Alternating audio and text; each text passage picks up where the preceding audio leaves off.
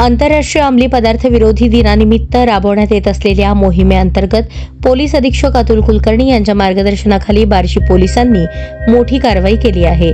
या कारवाईत पोलिसांनी 1,60,00,000 रुपयांचा तब्बल 692.945 किलो गांजा जप्त केला असून एका आरोपीला अटक केली आहे।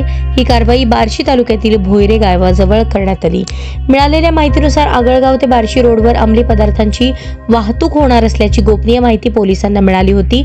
या माहितीच्या आधारे बार्शी पोलिसांनी सापळा रचला।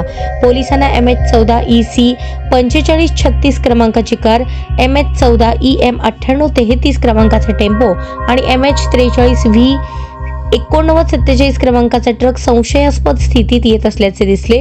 पोलिसांनी त्यांना थांबवण्याचा इशारा करताच कार आणि ट्रकचे चालक पळून गेले। मात्र टेम्पो चालक अंकुश दशरथ बांगर राहणार भोयरे तालुका बार्शी हा पळून जात असताना पोलिसांनी पाठलाग करून त्याला ताब्यात घेतले।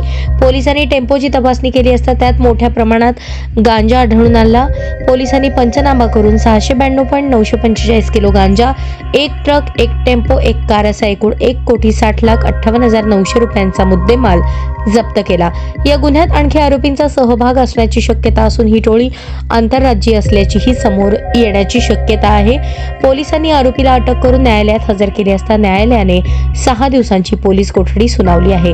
सध्या या गुन्ह्याचा पुढील तपास सुरू असून उर्वरित आरोपींना शोधण्यासाठी 3 पोलीस पथके रवाना करण्यात आली आहेत।